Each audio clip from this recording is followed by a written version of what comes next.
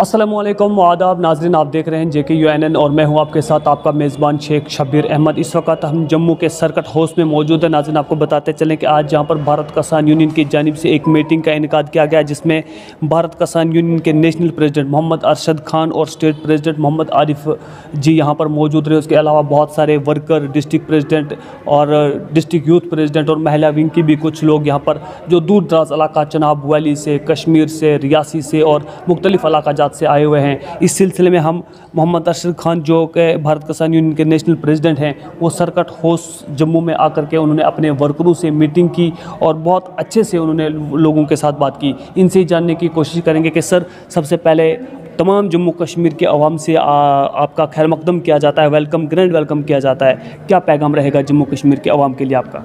देखिए, भारत किसान यूनियन पूरे मुल्क के सभी स्टेट में काम कर रही है और जम्मू कश्मीर में तो इसका संगठन बहुत बाद में बना है। लेकिन खुशी की बात है कि मोहम्मद आरिफ साहब जो हमारे स्टेट प्रेसिडेंट हैं, इनकी कोशिशों से जम्मू कश्मीर के तकरीबन 2-4 ज़िला छोड़कर हर ज़िले में भारत किसान यूनियन का संगठन बन गया है।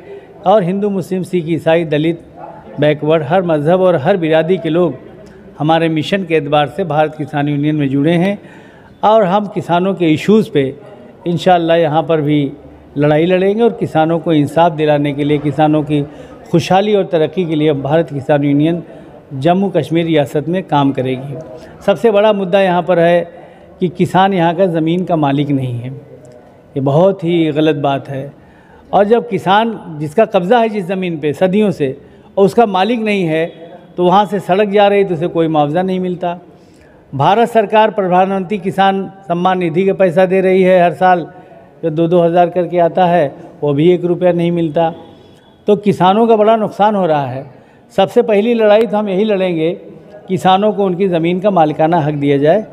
और इंशाअल्लाह हम लेफ्टिनेंट गवर्नर साहब से ही मिलेंगे और प्रधानमंत्री नरेंद्र मोदी जी को भी मिलकर इस बात से जानकारी देंगे और उन्हें आमादा करेंगे कि इसका कानून बना के किसानों को मालिकाना हक दें।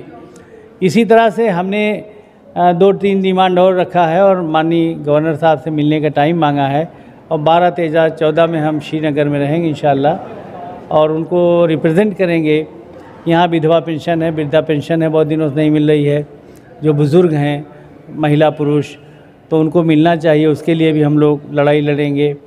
इसी तरह से हमने डिमांड किया है कि जम्मू में और श्रीनगर में किसान यूनिवर्सिटी खोली जाए। किसान यूनिवर्सिटी जिसमें कृषि के बारे में पढ़ाया जाए और कम से कम 3 रिसर्च सेंटर कायम किए जाएं। फलों का रिसर्च सेंटर, सब्जियों का रिसर्च सेंटर और फसलों का रिसर्च सेंटर, ताकि पूरी दुनिया में जितनी फसलें पैदा होती हैं, हिंदुस्तान में जितनी फसलें पैदा होती हैं, सारी जम्मू कश्मीर के सभी ज़िलों में पैदा हों। उसी तरह पूरी दुनिया में जितने फल पैदा होते हैं, जम्मू कश्मीर में भी अच्छा फल पैदा हो, सारे फल पैदा हों, ताकि यहाँ के लोगों की तरक्की और खुशहाली में इजाफा हो। अवाम आपसे जानना चाहती है, लोग आपसे जानना चाहते हैं कि आपका यूनियन, भारत किसान यूनियन जो है, आपका एजेंडा क्या है? अब एजेंडा एक बात और पूरी कर लूँ, इसी तरह फसलों के लिए भी हम चाहते हैं कि हिंदुस्तान में जितनी फसलें पैदा होती हैं, पूरी दुनिया में जितनी फसलें पैदा होती हैं, सब जम्मू कश्मीर रियासत में पैदा हों, ताकि हमारा किसान मजबूत हो। आज चाइना का सेब इंडिया की मंडी में धड़ल्ले से बेच रहा है, क्योंकि वो उसका टेस्ट भी दूसरे टाइप का है और वो चमकदार भी बहुत है। और हमारे कश्मीर का और शिमला का सेब जो उसका मुकाबला नहीं कर पा रहा है। तो हम चाहते हैं कि रिसर्च सेंटर कायम किया जाए और चाइना से अच्छे ब्रांड का सेब तैयार किया जाए, ताकि हमारा सेब इंडिया में, पूरी दुनिया में चाइना से ज़्यादा बिके। हमारा एजेंडा है कि सबसे बड़ा पहला एजेंडा है कि भारत में सभी मज़हब के किसानों को इकट्ठा करके एक मंच पे लाया जाए, किसानों की लड़ाई लड़ी जाए, नफ़रतें ख़त्म किया जाए, दंगा मुक्त भारत बनाया जाए और अच्छे लोगों का सोशल और पॉलिटिकल सर्वाइवल भी हो। उसके लिए भी भारत किसान यूनियन अपने लोगों की मदद करेगी, जो हमारे वर्कर होंगे, साथी होंगे, कि वो उसमें राजनीति में भी आगे बढ़ें। हम कोई राजनीतिक दल नहीं बना रहे हैं, लेकिन राजनीति में आगे बढ़ाने के लिए लोगों की मदद ज़रूर करेंगे। भारत किसान यूनियन जो है, क्या ये एक सियासी पार्टी के नाम पर उभर कर सामने आएगी या ये यूनियन के तौर पर ही लोगों के बीच में सोशल वर्क करेगी? भारत किसान यूनियन ये सोशल ऑर्गेनाइजेशन है, किसानों का संगठन है, नॉन पॉलिटिकल है और ये हमेशा नॉन पॉलिटिकल रहेगा। ये पॉलिटिकल नाम से कभी नहीं आएगा। ये नॉन पॉलिटिकल है, गैर सियासी है और गैर सियासी ही रहेगा। मैंने जो सियासत की बात की है कि जो हमारे लोग सियासत में जाना चाहेंगे, चाहे निर्दल लड़ें, किसी पार्टी से लड़ें, उन अच्छे लोगों की हम मदद करेंगे, लेकिन ये कोई राजनीतिक दल नहीं है, ना बनेगा। आप जम्मू कश्मीर के किसानों के लिए ऐसा क्या करेंगे कि उन्हें बराह रास्त फ़ायदा पहुँचे? अब किसानों की बहुत सारी समस्याएं हैं, उसका हम आकलन करेंगे, उसकी पूरी जानकारी करेंगे। क्योंकि मैं जम्मू कश्मीर पहली मरतबा आया हूँ, संगठन तो चल रहा है, मोहम्मद आरिफ साहब आप सभी लोग चला रहे हैं, पूरे जम्मू कश्मीर में है, लेकिन मैं पहली मरतबा आया हूँ। और किसानों की प्रॉब्लम अभी बाढ़ में, ज़्यादा बारिश में मक्की की फसल डोडा में और हर जगह तबाह हो गई, तो उसका मुआवजा दिया जाए। हम मांग करेंगे कि कम से कम 30 अगस्त तक सर्वे कराकर मुआवजा दे दिया जाए। और अभी श्रीनगर में उधर बाढ़ आई थी कई साल पहले, बहुत मकान गिर गए थे, उनको आज तक मुआवजा नहीं मिला, मुआवजा दिया जाए। तो हम यहाँ हर ज़िले की भी अलग अलग समस्याएं हैं, प्रॉब्लम्स हैं, किसानों की ज़रूरतें हैं, उनका हम आकलन करेंगे, पता करेंगे और उसकी लड़ाई जो है मोहम्मद आरिफ साहब, असलम साहब, शाहिदा परवीन जी, सोनिया जी, आप सब लोगों से मिलकर हम तय करेंगे। और अब हर दूसरे तीसरे महीने हम जम्मू कश्मीर और अलग अलग ज़िलों में भी कार्यक्रम करेंगे और आते रहेंगे। पूरे भारत के अंदर और भी बहुत सारी पार्टीज़, सोशल वर्कर यूनियन जो हैं, यूनियनें काम करती थी। आपको अलग यूनियन बनाने की क्या ज़रूरत पड़ी? आप किसी भी यूनियन के साथ जुड़ के ऐसा काम अंजाम दे सकते थे। पहली बात तो जो हमारा एजेंडा है वो किसी के पास नहीं है, तो अपना एजेंडा दूसरे के प्लेटफॉर्म पे लागू नहीं किया जा सकता। तो जितने भी 100 साल में जितने संगठन बने, कोई भी किसान यूनियन किसी मुसलमान ने नहीं बनाया है।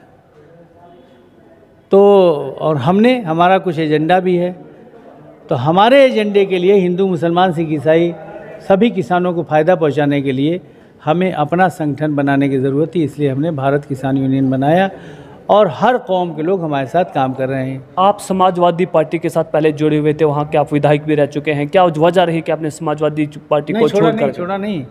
मैं समाजवादी पार्टी के ऑल इंडिया सेक्रेटरी आज भी हूँ, अभी चुनाव भी लड़ा था, 2,500 से जीत गया था, रिकाउंटिंग कर करा दिया गया। और आगे भी समाजवादी पार्टी से हो सकता है एमपी लड़ूँ, एमएलए तो लड़ूंगा इंशाल्लाह, हो सकता है एमपी बन जाऊँ। तो समाजवादी पार्टी में आज भी मैं हूँ, उसका नेशनल सेक्रेटरी हूँ।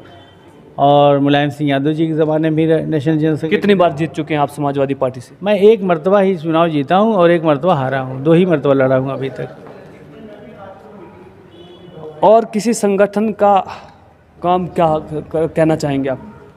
अब देखिए, कई संगठन में काम कर रहे हैं, 1 मरतबा में बहुत सारी बातें बताना ठीक नहीं है। अभी आज भारत किसान यूनियन की ही मीटिंग थी, उसी का एजेंडा जाने दीजिए, और अगली मीटिंग आएगी तब और दूसरी बातें रखी जाएंगी। खास करके जम्मू कश्मीर के अवाम के लिए आपने कहा कि जम्मू में एक यूनिवर्सिटी खोली जाएगी, कश्मीर में खोली जाएगी, लेकिन जम्मू और कश्मीर में खोली जाए, लेकिन हमारा चनाब वैली जो है बिछड़ा हुआ इलाका है, अरसा दराज से पिछले 7 दहाइयों से इसे नज़रअंदाज किया गया है। चनाब वैली को लेकर के आपकी खुसूसी राय क्या है? ये हमने किसान विश्वविद्यालय की मांग किया है जम्मू और कश्मीर व श्रीनगर के लिए। बाकी चनाब वैली में जो है वहाँ की तरक्की के लिए school, college, inter college, degree college, university, ये तो किसान यूनिवर्सिटी हमने बात किया है, विश्वविद्यालय जिसमें सारी चीज़ें पढ़ाई जाएँ। तो जहाँ जहाँ एजुकेशन की कमी है, जहाँ बिजली नहीं है, हमने सुना बहुत सारे इलाके हैं, बड़ी दुखदाई बात है, 75 साल हो गया आज़ादी मिले और बहुत सारे इलाके में अभी बिजली नहीं है, बहुत सारे इलाके में गरीबी है, पानी की सुविधा कायदे की नहीं है। तो हम लोग इसके लिए हर ज़िले की प्रॉब्लम्स का अध्ययन करेंगे और उसको कायदे से तरतीब देकर जम्मू कश्मीर की जो रियासत की सरकार है, गवर्नर सरकार, इसको भी देंगे और सेंट्रल गवर्नमेंट को भी रिप्रेजेंट करेंगे। जी हाँ नाज़रीन, ये बात कर रहे थे मोहम्मद अरशद खान, नेशनल प्रेसिडेंट भारत किसान यूनियन के, ये बात कर रहे थे। इस सिलसिले में हमारे साथ चनाब वैली से एक महिला है, मिस शाहिदा परवीन जी, बात करने के लिए मौजूद है। इनसे ही जानने की कोशिश करेंगे कि आप चनाब वैली से रिप्रेजेंट करती हैं, क्या पैगाम रहेगा आपकी जानिब से चनाब वैली के अवाम के लिए और भारत किसान यूनियन के लिए, और मोहम्मद अरशद खान के लिए आप क्या कहेंगे? अस्सलाम वालेकुम। Doctor Shahida, national chairperson human rights, national general secretary Kisan union, national general secretary Mother Teresa foundation and etcetera etcetera. मैं अरशद खान साहब का शुक्रिया अदा करती हूँ जिन्होंने हमें इतना बड़ा प्लेटफॉर्म दिया है। हम हर कहीं जगह पे पहुँच के जायज़ा लेते हैं, कहाँ किसको किस चीज़ की नीड है, क्या है। मैंने पीछे चनाब वैली में गई थी एक जगह, वहाँ पे भलेसा जो फारफलांग एरिया है, जहाँ तक गाड़ी जाती थी वहाँ तक तो मैं गाड़ी में गई, लेकिन जब ऊपर चढ़ने लगी तो मैंने एक आदमी से पूछा, भैया ऊपर जाते कितना टाइम लगेगा, जिस जगह का नाम था डडकाई। तो उन्होंने कहा, मैडम मैं तो 1 घंटे में पहुँचूँगा, आपको 3 घंटा लगेगा।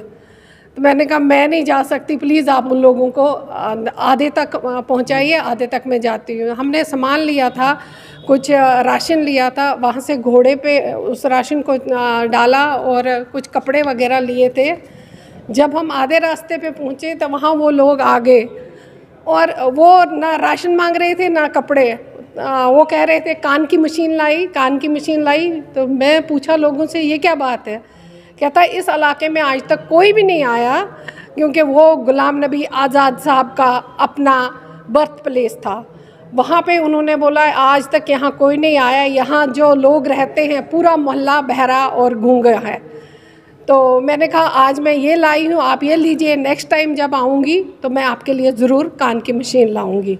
मुझे पता नहीं था, मतलब हमारे ऐसे कई इलाके हैं वैली में तो जहाँ हमें पता ही नहीं, आज तक कोई गया ही नहीं, किसी ने जायज़ा ही नहीं लिया कि वो क्यों हैं बहरे गूंगे, क्या बात है, क्या कमी है उनमें। उसके बाद वहाँ से जब हम आए, एक और भद्रवा में है हमारा थनहला गांव। वो वहाँ की जो लेबर है, जो लोग हैं, वो सिर्फ लेबर का काम करते थे। जब वो काम पे जाते थे तो वो पैसा नहीं पकड़ते थे, कहते थे हमें राशन दे दो। वहाँ पे मैं गई, वहाँ उन लोगों के लिए रोड नहीं है, उनका कोई बीमार था, वहाँ हॉस्पिटल नहीं है, प्रेग्नेंट लेडी थी, वो उन्होंने लाई वहाँ पे और वो चारपाई पे उसको हॉस्पिटल लेना था। तो मैं वहाँ पे फिर मैंने कहा कि नहीं, यहाँ इनको रोड चाहिए और ब्लॉक से मैंने उनको पैसे दिलाए, पहले 50-50 हज़ार के पक्का कमरा बनाने के लिए। उसके बाद उन्होंने 2.5 लाख दिया ब्लॉक वालों ने, उन्होंने घर बनाया। अभी मैं इस दफ़ा गई थी, उनके कहते मैडम घर तो बन गया, अब हमें टीन के लिए पैसे दिलाओ, क्योंकि वहाँ पे इतनी बर्फ़ पड़ती है, इतनी बर्फ़ पड़ती है और घर दब जाते हैं, गरीबी बहुत है। हमारे जो नेता लोग हैं वो जाते हैं वोट मांगने, हम जाते हैं उनकी हेल्प करने के लिए, उनका हाल चाल जानने के लिए। और सो मैनी इलाके, बहुत से इलाके हैं ऐसे हैं